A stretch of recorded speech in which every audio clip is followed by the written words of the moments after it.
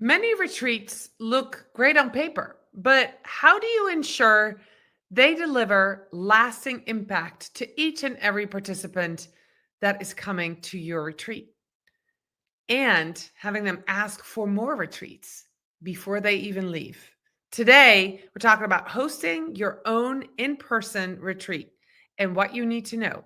This is Strategy Talks. Let's go.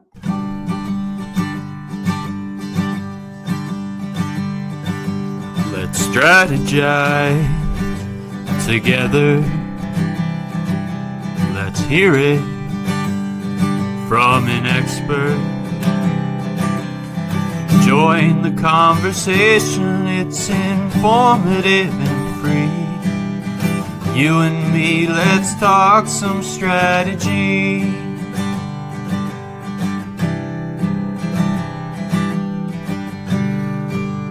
Here's your host, Morin-van.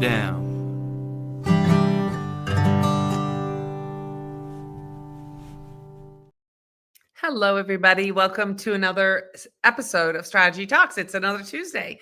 So here we are. I am very excited to introduce you in just a minute to my friend, Sarah Monroe, who's here to talk about event hosting strategies.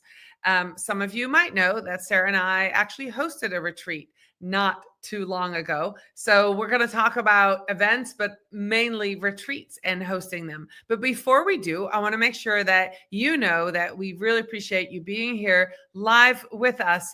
And I want to make sure that those of you who listen to Strategy Talks as a podcast also know that you are more than welcome.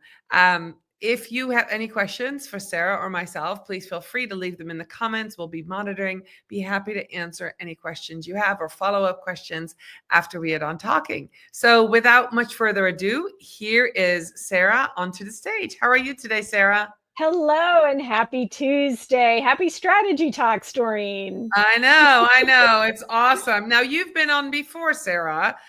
So you know how this goes, but we're going to dive right in. Sarah has been doing retreats for lots of years and you're an event planner, but today we're going to talk about events, but specifically retreats.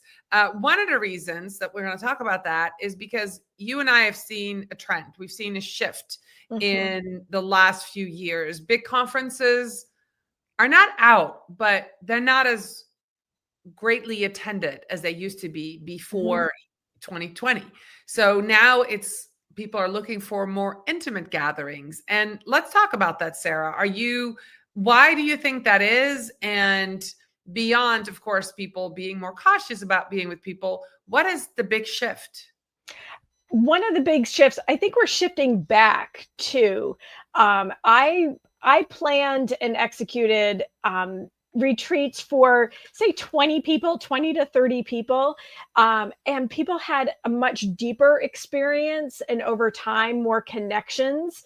And now we have different tools that people can stay connected after a retreat too, so that you're not overwhelmed by these huge events. The smaller, more intimate spaces, I think people are craving more. And yes, there is a health and safety factor when it comes to the very large retreats. But you also have to wonder, with those big retreats, you're really speaking to a particular level of knowledge. And when you can really refine what people want and what they can get out of an experience, you can really dive deeper. For example, you and I were planning a very deep dive into social media video, right? And that's not something that we would present at a conference of 1,000 people, right? And we'd have to speak more toward the basic level. People really they want a very deep dive into things. They want to know that they will have some very clear actionable items in the end, and that they'll have that support afterward too. Oh, that's really great. And I believe that, that shift has come about also partly because we are now a nation of Zoomers, right? We're all in front of our computer talking to people, but grabbing people and hugging them and hanging out and sharing a meal. Those are the things that we missed for a while. And those are the things that I think that people are really treasuring more. And that's actually one of the things that you and I heard when we hosted our retreat is the meal time, spending time together, eating breakfast together, having lunch served and then eating together, and dinner time. So it's that breaking bread together. That's when you really get to know somebody. Right, right. And for a lot of people, Zoom, these digital formats have just been in the last 5 years. I have, I guess the gold star of using Zoom since 2013, right? So I've used it socially. I've used it in learning environments too. I've used it in ongoing programming for people. And so I have a much different relationship with Zoom. And in fact, every week I get together with friends that I've known for 20 years on Zoom. And it's like we have a cocktail hour. And unless you use the digital space like that, I think you have a very different relationship with the content that you're consuming, like what you're learning. How many webinars have you taken and during them or during a meeting, you're checking your email or you're doing something else, or you've got, you're switching a load of laundry, right? There's always something that's distracting you unless you have a different relationship with the digital meeting space. And that's why I think people really like being in person even more. So those side conversations of standing in line for the bathroom or the buffet line, right? Or walking to an event or walking through an event between sessions. It really does give you that personal connection that people are craving. That's awesome. So let's go back to before people get to a retreat, to an event. What are some strategies that you think work really well for getting people, one, excited to come, two, committed to being present when they're there, and to have them arrive with the right mindset? Right. Don't let me forget about that mindset piece, because I'm actually going to take one step back from all of that. And this is a trick that one of my most favorite bosses had me do, which is sit and visualize what it's going to be like as an attendee at a retreat or an event. And from the moment that you open the invitation, to reading the prep materials, to driving up in the parking lot, right? And walking in the door. What is going to be your experience? We talk about user experience all the time when we're talking about web applications, web development, e-commerce, social media, right? We're always talking about the user experience. That level of thought and customer service also has to come into play when we're talking about retreats, right?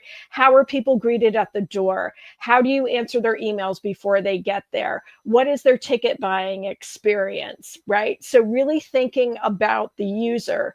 And that also means letting go of some of the things that you may have planned for an event, right? I've been to an event where they expected a group of 400 people, 400 adults, to sit still for 3 hours in like theater style chairs. Yeah, that's not, no one's going to listen that long. I mean, I was on my phone after once they told me I had to sit still for 3 hours, I was like, all right, what's my email? I was on my phone a lot. I just had this very physical reaction to that parameter and knew that I'm here with 300 people and the event is only 3.5 hours long. We've already wasted 20 minutes. It means I only have 10 minutes to get to know people at the end, right? So, and believe me, the audience made sure that they got a break, right? So making sure that you think about the agenda that you want, the goals that you have as a business or a professional development trainer, whatever the retreat is about, step back and take like 20% off the agenda, so that you give that breathing space for people, especially adults. We always think that kids need breaks, right? Adults need recess too. You need to build in those breaks every hour and a half or so. Sometimes you can push it to 2 hours, but really making sure that people have that breather, that time to digest the information and then move on to the next component. So that's sort of the planning mode. When then the next step is, okay, how am I going to structure? How do people need to be ready? What's their mindset? What do they need to be ready to do when they walk in the door, right?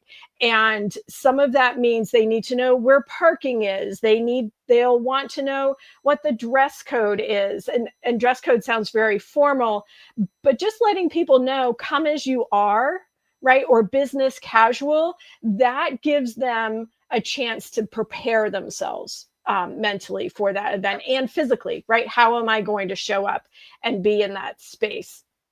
Also, what kind of materials they need to read or prepare in advance or start thinking about. So, for instance, I spent 6 years running professional development trainings in public policy and leadership development.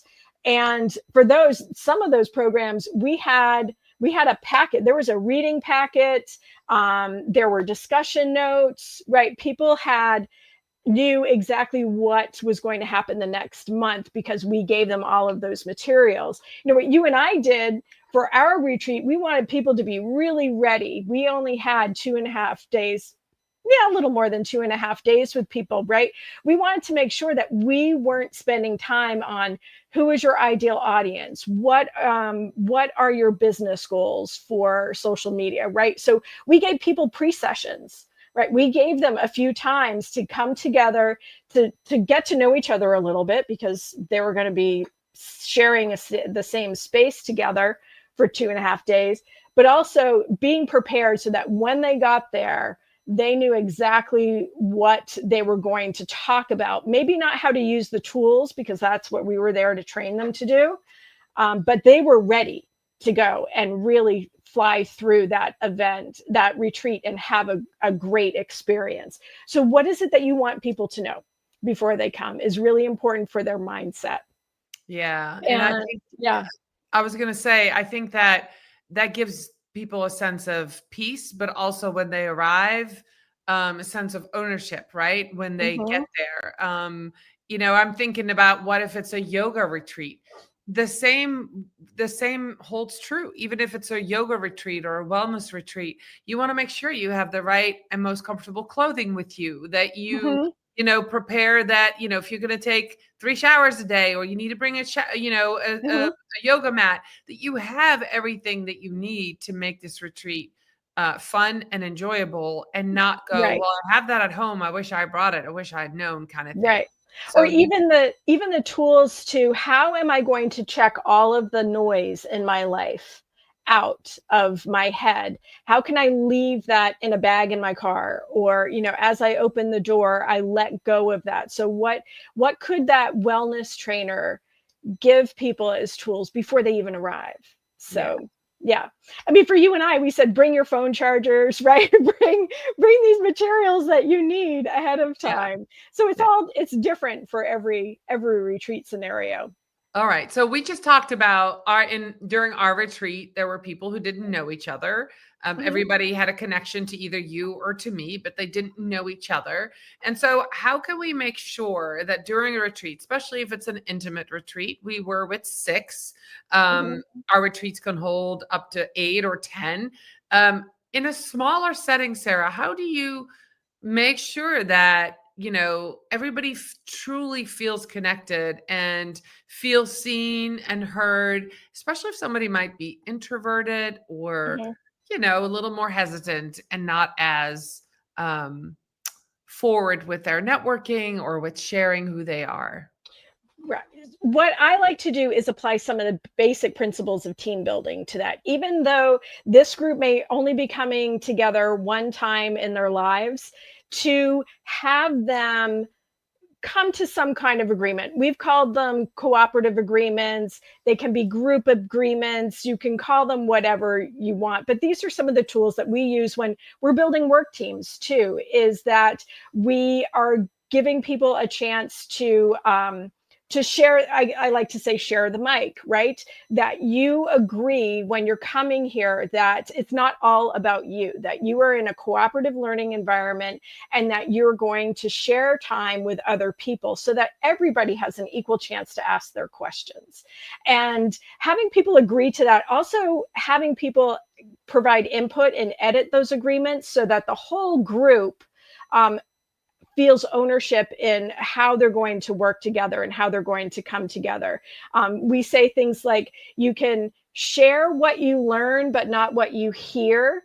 And that gets to confidentiality, right? That we're not going to reveal any private business practices of anybody when they come here. Or if they're learning, we want to make sure that we know that they're going to be vulnerable and not knowing how things work, and that it's a safe place to ask questions and to make mistakes and to learn from them and to move on. So I think that's another piece of setting that stage. People know how they can be comfortable physically and also emotionally and have that sense of belonging, that psychological safety when they come to a retreat, I think is really important. And that sets it apart from the big conferences too, right? A big conference is, you'll have a media release that you'll sign for a big conference or a code of conduct, but no one reads them, right? In a smaller space, in a retreat space, people come to expect that their confidentiality will be respected and that they can be open and honest with their learning and training. Right. So, and if you're watching, if you're listening to this and you've ever been to a big conference before, you know how intimidating that can be when you don't know anybody. Maybe your boss asked you to go to this conference and bring back a lot of learning, but maybe you are an entrepreneur and you want to, upskill yourself and learn about marketing, or you go to a sales conference and you don't know anybody. That's very, very intimidating. So being open to meeting people is really, really important. But then going first to a smaller retreat or a smaller conference is a great way to kind of step into that in-person space. Now, Sarah, you and I were doing hands-on teaching. So let's talk about that before we move on to the next question.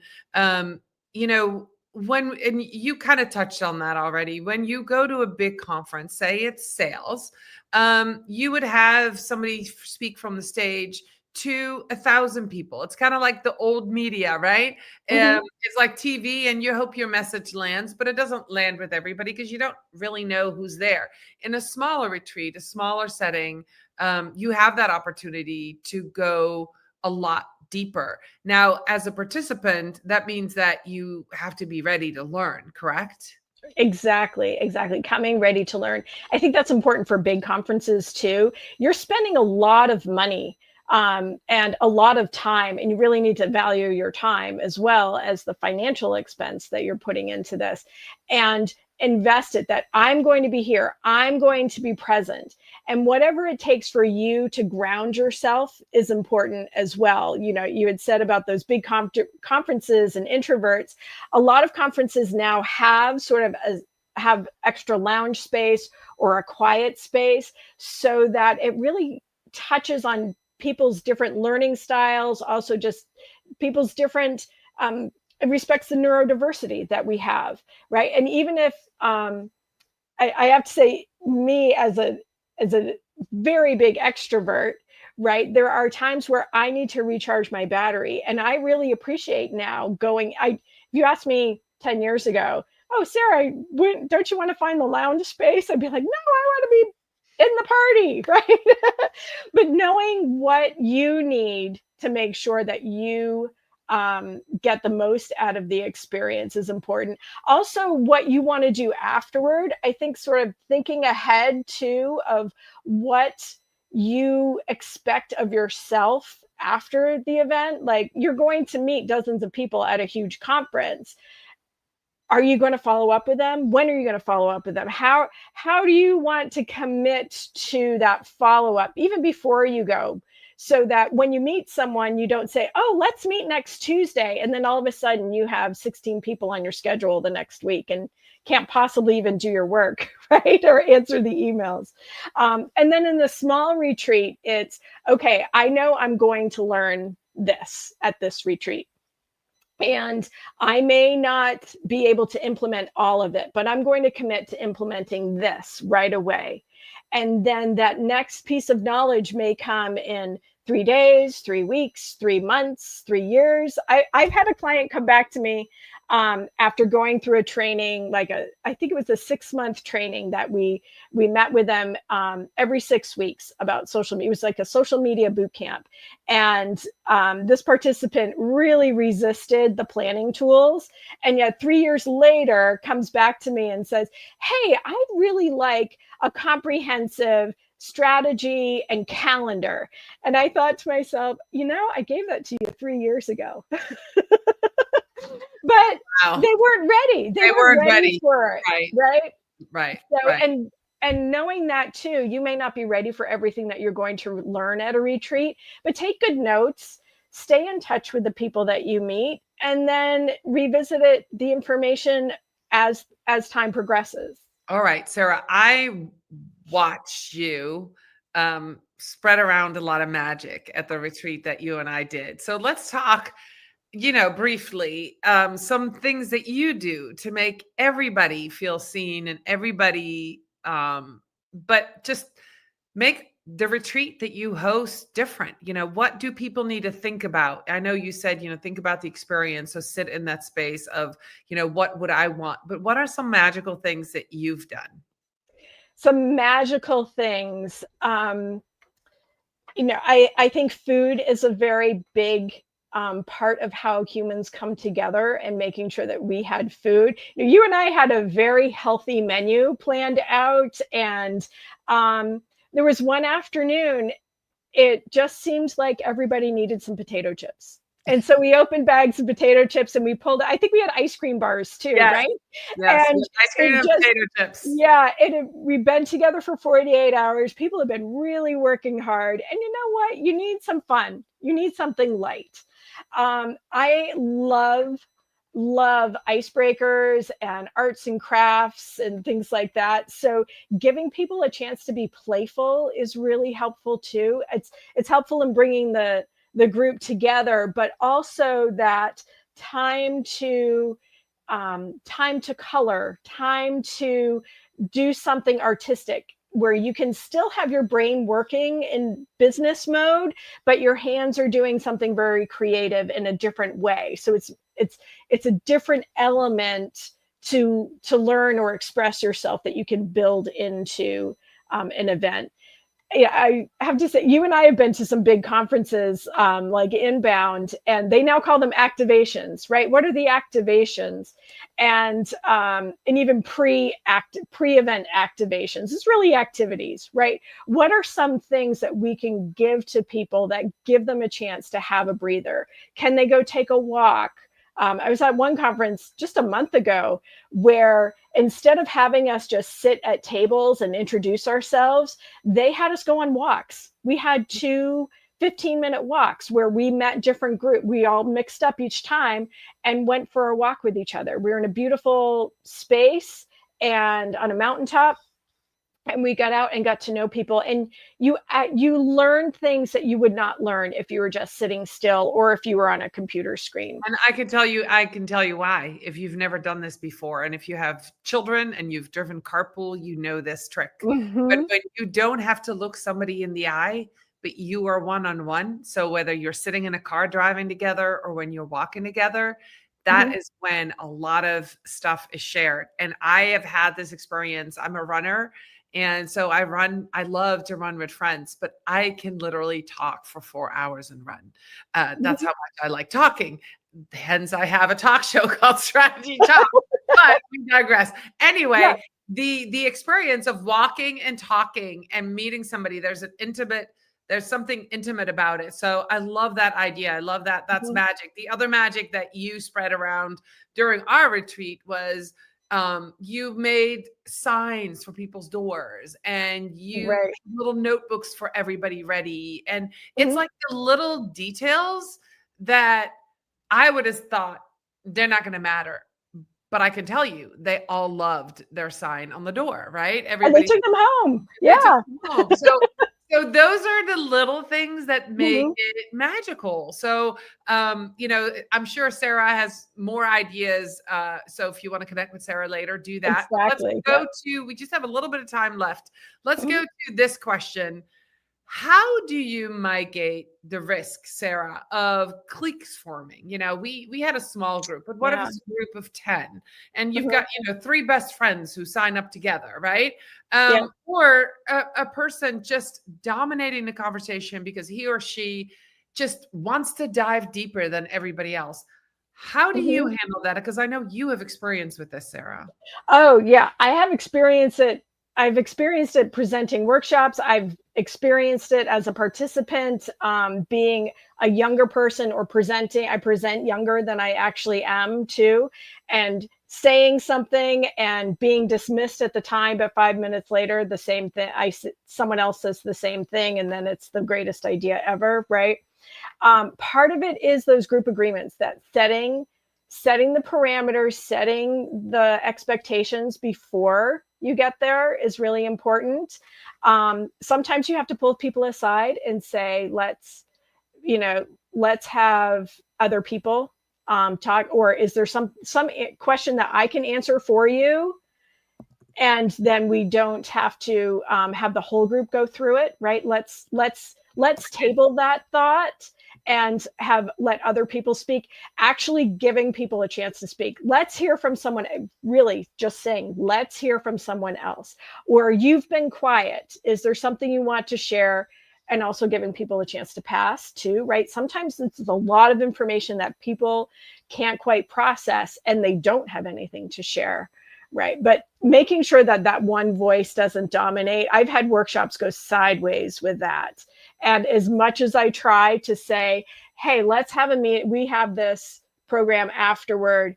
Let's talk about those things afterward. We're really here to talk about this. Moving the conversation back to the agenda is sometimes what you can do, because you've presented a clear agenda and clear learning objectives Mhm. beforehand, right? And so you can always reference that and say, okay, that's a great point. Let's talk about that later. Let's get back to the agenda. And that usually gives people enough of a clue to shut them down.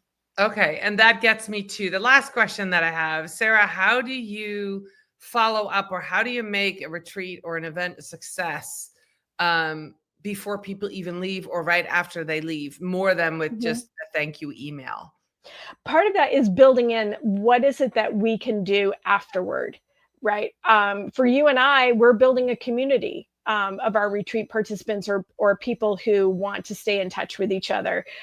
We had a text group, right? And that's been working, but we're now going to go use our digital tools that we have.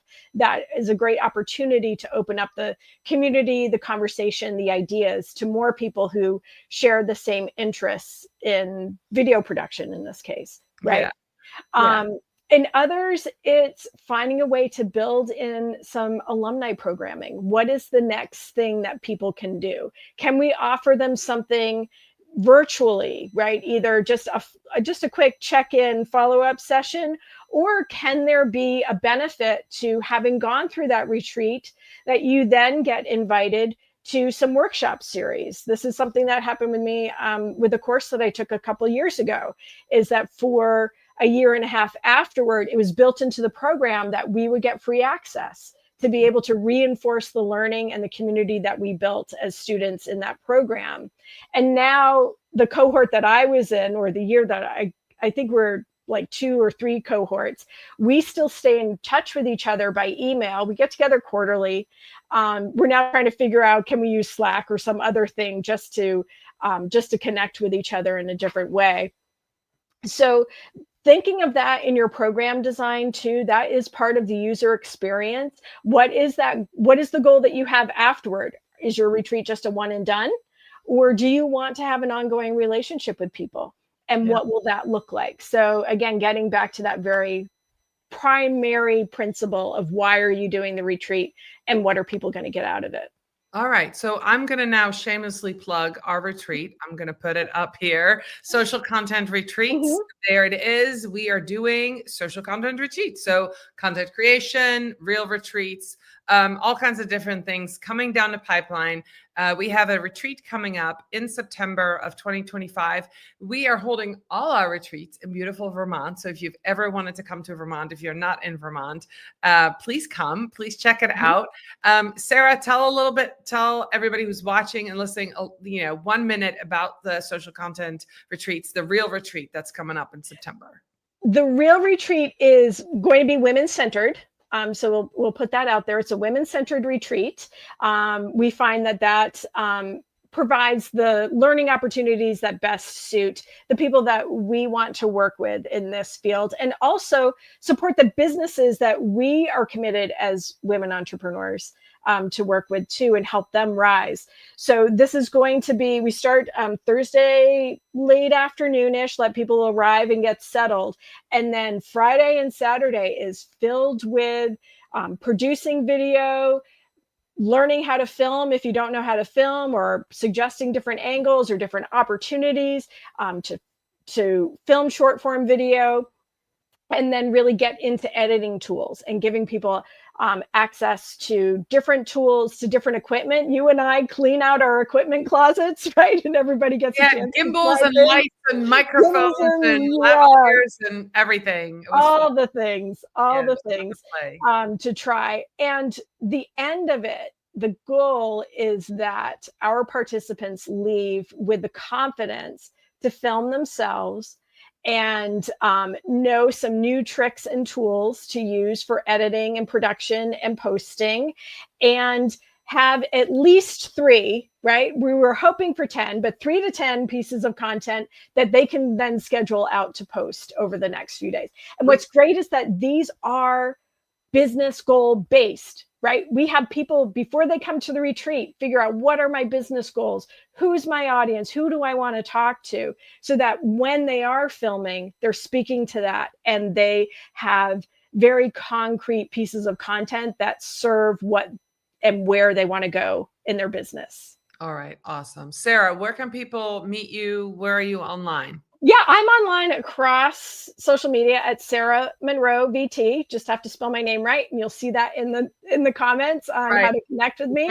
So reach out. Awesome. Well, thank you so much for being with me today, Sarah. I'll be back next week with another episode of Strategy Talks, and appreciate you checking out Social Content Retreats. If you have any questions, reach out to myself or to Sarah, and we'd love to have you come and join us in Vermont someday. Bye, everybody.